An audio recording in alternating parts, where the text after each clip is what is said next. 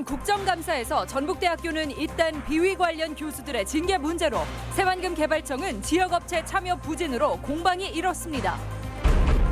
21대 총선이 6개월 앞으로 다가온 가운데 조국 사태 이후 전북 정치 향배에 대해 다양한 해석이 나오고 있습니다. 남원시가 관광단지에 대규모 민자를 유치해 모노레일 등 첨단 시설을 설치하기로 해 관광산업에 전기가 마련될지 주목됩니다. 안녕하십니까. 전주 MBC 뉴스데스크입니다. 오늘 전남대에서는 도내 국립대학들에 대한 국정감사가 있었습니다. 지역 거점 대학인 전북대는 교수 비위 문제로 의원들의 집중 질타를 받았습니다. 박연선 기자입니다. 전북대 교수들의 이딴 일탈 행위는 국감 현장에서도 주요 화제가 됐습니다. 첫 번째 화두는 성 관련 비위였습니다. 먼저 최근 룸사롱 발언으로 물의를 빚은 정모 교수에 대해 격한 질타가 쏟아졌습니다. 부적절한 발언에 협박까지 서슴지 않았다며 교수의 자질에 심각한 의문을 제기했습니다. 이 교수 이름이 뭡니까? 룸살롱 가면 다 나를 알아본대요, 이 교수가. 문제 제기를 했더니 자기는 조폭 출신이라서 조심하라 그런다 그러질 않나. 외국인 시간 강사를 성추행한 또 다른 정모 교수의 거취를 두고도 지적이 이어졌습니다. 최근 피해자와의 합의로 기소유예를 받고 복직 판정을 받은 것이 문제가 있다는 겁니다. 학생들과의 분리를 위해서라도 교단에 다시 설 수 없도록 강력한 처벌을 촉구했습니다. 가해 교수의 교단 복귀를 반대하는 피해 교수의 요구에 대해서 전북대가 지금 어떤 입장이십니까? 외국에서 온 여교수를 성추행하고 택등 전북대에서 복직을 시키면 어떡하십니까? 자녀들을 공동저자로 등재하고 연구비를 횡령하는 등 각종 비위 혐의를 받고 있는 이모 교수 사건뿐 아니라 규정에 명시된 상피제를 어기고 교수 부모의 수업을 수강한 학생들 문제도 불거졌습니다. 근데 전북대는 21명이니 평균은 훨씬 상회하죠. 총 5개 대학에서 13건의 부정 사례가 확인됐는데 그중에서 9건이 전북대입니다. 의원들의 공세가 이어지자 김동원 총장은 재차 강력한 징계를 약속했습니다. 어려움이 있지만 법과 절차에 따라서 최선을 다하겠습니다. 이딴 비위에도 법적인 처분이 결정되지 않았다는 이유로 손을 쓰지 않고 있는 전북대. 국감을 계기로 적극적인 조치에 나설지 지켜볼 일입니다. MBC 뉴스 박연선입니다. 국회 교육위원회 국정감사에서는 상산고 지정 취소 논란을 두고 설전이 오갔습니다. 전희경 의원은 김승환 교육감이 상산고를 사회 악으로 규정하고 자위적인 기준을 통해 지정 취소를 하는 바람에 혼란이 야기됐다며 학부모 등에 사과해야 한다고 주장했습니다. 김 교육감은 이에 대해 상산고가 공교육 황폐화에 상당한 책임이 있다고 보고 교육감 권한을 행사했을 뿐이라고 답했습니다. 새만금 도로 개발 사업이 외지인의 잔치가 되고 있습니다. 지역업체 우대 기준이 뒤늦게 마련돼 공사 낙찰 과정에서 도내 업체들이 거의 참여하지 못했기 때문인데 대책이 시급합니다. 조수영 기자입니다. 지난 2017년 첫 삽을 뜬 새만금 남북도로. 동서도로와 함께 새만금의 교통과 물류의 중심축으로 지역 경제 활성화에 도움이 될 것으로 기대를 모았습니다.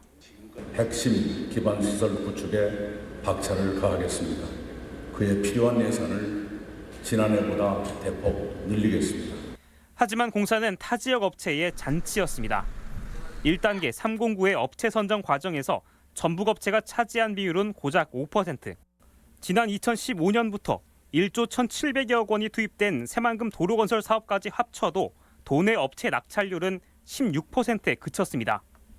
대형 건설 회사들이 전북 지역 업체들을 굳이 참여를 시킬 필요성을 못 느꼈던 거지요. 뒤늦게 지난 2017년 입찰 참가 자격 사전 심사가 강화되면서 이후 공사에서는 가점을 얻기 위해 지역 업체들의 참여가 30%까지 늘어났습니다. 사정이 이렇다 보니 국정감사에서도 새만금 사업의 지역 업체 외면이 도마에 올랐습니다. 지역 업체를 포함시켜야만 새만금 공사를 따낼 수 있도록 점수를 더욱 높이자는 겁니다. 97점으로만 올려도 지역업체를 끌고 들어가는 게 되는데 95점이면 지역업체 참여 없이도 그 점수는 다 달성하기 때문에 사실상 이 새만금 사업에 지역업체 참여가 미비하다. 전북 경제의 회생의 마중물이 되어야 할 새만금 사업이 정작 전북 기업의 그림의 떡이 되지 않은지 되짚어볼 필요가 있어 보입니다. MBC 뉴스 조수영입니다. 새만금 태양광과 수질 문제에 대한 공방이 계속됐습니다. 오늘 새만금청 국감에서 이현승 의원은 새만금 재생에너지 사업이 중금속 등으로 심각한 환경 오염을 일으킬 수 있다고 지적했고, 이해훈 의원도 경제 유발 효과가 없다며 따졌습니다. 이 밖에 새만금호 수질 개선에 4조 원이 투입됐지만 오히려 수질은 악화됐다는 질의와 해수 유통에 대해 김현숙 새만금 개발청장은 모든 가능성을 검토하고 있다며 말을 아꼈습니다. 장기간 미개발 상태로 방치된 온천 지역의 주민 불편을 해소하기 위한 제도 개선이 추진됩니다. 전라북도는 온천 개발 구역으로 지정돼도 일부 토지 소유자가 반대해 개발 목적을 달성할 수 없을 경우 온천지구를 해제하는 법 개정을 정부에 촉구하기로 했습니다. 재산권 행사가 제한된 도내 온천지구는 모두 23곳이고 이 가운데 14곳은 개발되지 않거나 개발이 중단된 상태입니다. 전라북도가 전국 최초로 수소 연료전지 지게차 파워팩 보급을 추진합니다. 도는 7억 5천만 원을 들여 총 10대의 전동 지게차에 대해 수소 연료전지 파워팩 설치를 지원하기로 하고 이달 말까지 관련 업체의 접수를 받습니다. 수소 연료전지를 적용한 지게차는 충전 시간이 기존 6시간에서 5분으로 단축되고 작업 시간은 2배 이상 증가해 운전 비용이 10% 이상 감소합니다. 21대 총선이 오늘로 꼭 6개월 앞으로 다가왔습니다. 아직까지 선거의 룰도 정해지지 않았는데 조국 장관 사퇴에 전북발 정계 개편 등 도내 정치 상황이 복잡하기만 합니다. 김하연 기자가 도내 총선의 핵심 변수를 꼽아봤습니다.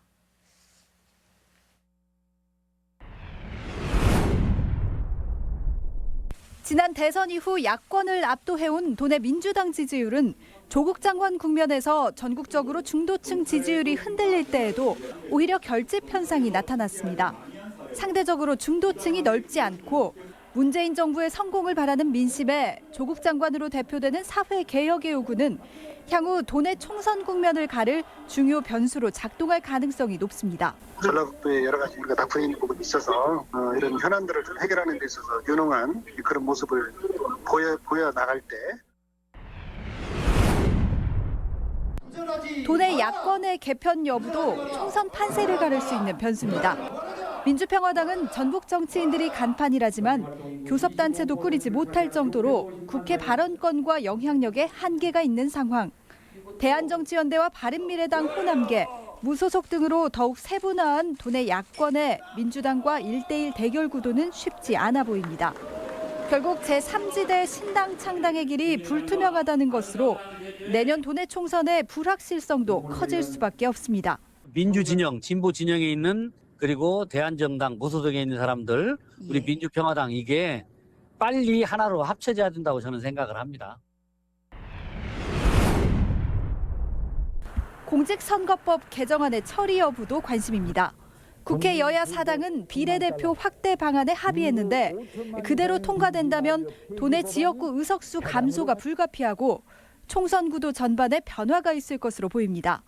전주와 군산을 제외한 나머지 모든 선거구가 통폐합 내지 조정을 피할 수 없게 되는데 그 시기가 확실하지 않은 데다 제3회 합의안이 거론되면서 여전히 예측 불가능합니다. 최종적으로 유권자들이 혼선을 갖는 거고요. 일단 선거를 준비하고 있는 후보들은 자기 지역구가 어딘가 확정이 안 됐기 때문에 선거 준비 활동에 막대한 지장이 발생. 총선이 6개월 앞으로 다가왔지만 가장 기본인 선거의 룰조차 정해지지 않았는데 정계 개편 등의 변수는 늘면서 도내 정치 지형은 아직도 안개 속입니다. MBC 뉴스 김하연입니다. 남원 의료원의 구조조정이 필요하다는 도의원 발언에 대해 시민단체가 반발하고 나섰습니다. 의료 공공성 강화 전북 네트워크는 홍성임 도의원이 지난달 도의회 행정자치위에서 남원 의료원장을 상대로 인력 감축 등 구조조정을 언급한 것은 공공의료의 중요성을 부정한 발언이라고 비판했습니다. 이에 대해 홍 의원은 공공의료의 지속성을 위해서라도 경영 측면을 살필 필요가 있다는 취지였다고 해명했습니다. 남원 광안로 건너편에는 작지 않은 규모의 관광단지가 있습니다. 그간 관광객들의 관심을 많이 받지 못했는데요. 남원시가 민간 자본을 유치해 이곳에 모노레일과 짚라인을 설치하기로 하면서 관광 산업의 활로가 될 수 있을지 주목됩니다. 한범수 기자입니다. 지난 1985년 조성된 남원 관광단지입니다. 춘향 테마파크와 국립민속국악원, 항공우주 천문대 등 다양한 시설을 갖췄지만 하천 건너편 광안루를 찾는 관광객을 모두 끌어올 만큼 존재감이 강하지 못했던 게 사실입니다. 그렇지만 오는 2021년엔 이곳이 새로운 모습으로 탈바꿈할 전망입니다. 남원시가 민간 자본 316억 원을 투자해 관광 용도의 모노레일과 짚라인을 설치하기로 결정한 겁니다. 가족들끼리 와가지고 또 이게 같이 즐기고 놀고 그런 시설이 좀 더 있으면 많이 들어오겠죠. 모노레일은 약 2.5km 길이에 관광단지를 한 바퀴 도는 코스로 운영될 예정이며 곳곳에 설치된 정류소에서 탑승이 가능합니다. 관광단지 내 산 정상에서 요천을 건너 광안로 주변까지 1km를 잇는 짚라인 역시 새로운 즐길거리가 될 것으로 기대됩니다. 관광지 내에 새로운 시설을 도입하는 사업입니다. 신규로 모노레일을 설치할 때 환경교통 재해 등 분야에 대해서 특별히 지장이 없을 걸로 예상이 됩니다. 하지만 우려 섞인 시선도 적지 않습니다. 국가사적지에서 겨우 100여 미터 떨어진 곳에 짚라인 착지 장소를 만들어 전통 문화를 훼손할 수 있다는 겁니다. 별다른 콘텐츠 없이 오락시설 몇 개 더 생긴다고 관광객이 오지 않을 것이란 회의적인 시각도 있는 만큼 철저한 대비가 필요해 보입니다. MBC 뉴스 한범수입니다. 2020학년도 대학 수학 능력 시험이 30일 앞으로 다가온 가운데 수험생들의 막바지 준비 전략 점검이 강조되고 있습니다. 전라북도 교육청은 수능 한 달 전 학습 전략으로 희망하는 대학에 따라 선택적 집중 학습이 필요하고 반영 비율이 높은 교과 중심의 정리 연습이 효과적이라고 밝혔습니다.